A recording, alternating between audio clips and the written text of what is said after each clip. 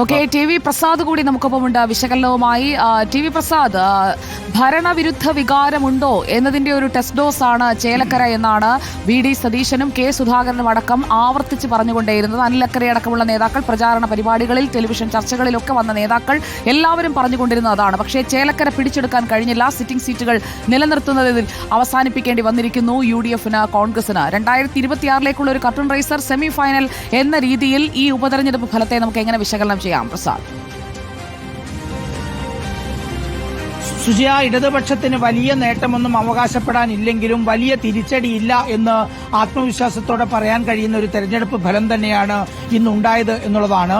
അതുകൊണ്ട് തന്നെ ഭരണവിരുദ്ധ വികാരം എന്ന രീതിയിലുള്ള UDF പ്രചരണത്തെ മറികടക്കാനും ഇടതുമുന്നണിക്ക് കഴിയും എന്നതാണ് പ്രധാനപ്പെട്ട കാര്യം.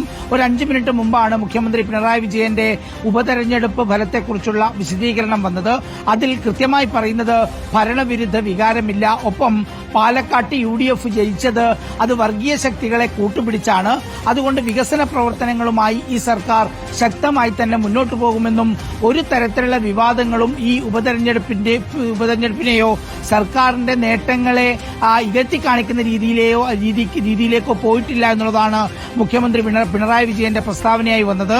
സുജയ പറഞ്ഞതുപോലെ ഈ വരുന്ന തദ്ദേശ തെരഞ്ഞെടുപ്പിലും അതുപോലെ തന്നെ വരാനിരിക്കുന്ന നിയമസഭാ തെരഞ്ഞെടുപ്പിലും ഇത് ഇടതുമുന്നണിക്ക് കരുത്തു പകരുന്ന ഒരു തെരഞ്ഞെടുപ്പ് ഫലം ആണ് എന്ന് തന്നെയാണ് LDF നേതാക്കൾ ഇതിനെ വിശദീകരിക്കുന്നത്. കാരണം ആ ഫലം മറിച്ചായിരുന്നുവെങ്കിൽ, ചേലക്കരയിൽ മറിച്ചായിരുന്നു ഫലമെങ്കിൽ തീർച്ചയായും ഇടതുപക്ഷത്തിനെതിരായി വലിയ കോപ്പുകൂട്ടൽ എല്ലാ ഭാഗങ്ങളിൽ നിന്നും ഉണ്ടാകുമായിരുന്നു. പ്രത്യേകിച്ച് ഭരണവിരുദ്ധ വികാരം ആഞ്ഞടിക്കുന്നു എന്ന നിലയിൽ.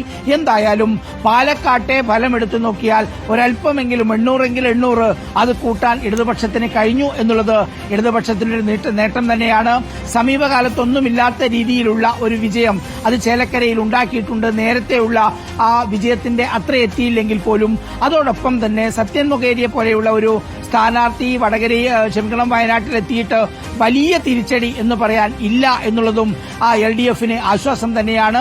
എന്തായാലും ഈ തെരഞ്ഞെടുപ്പിൽ ഭരണവിരുദ്ധ വികാരം എന്ന് പറയുന്ന ഒരു നിലപാടിലേക്ക് അത് പ്രതിപക്ഷത്തിന് പോയാൽ അതിനെ കൃത്യമായി പ്രതിരോധിക്കാൻ ഇടതു നേതാക്കൾക്ക് കഴിയും എന്ന് തന്നെയാണ് തെരഞ്ഞെടുപ്പ് ഫലം നോക്കുമ്പോൾ മനസ്സിലാകുന്നത്. സുജയ.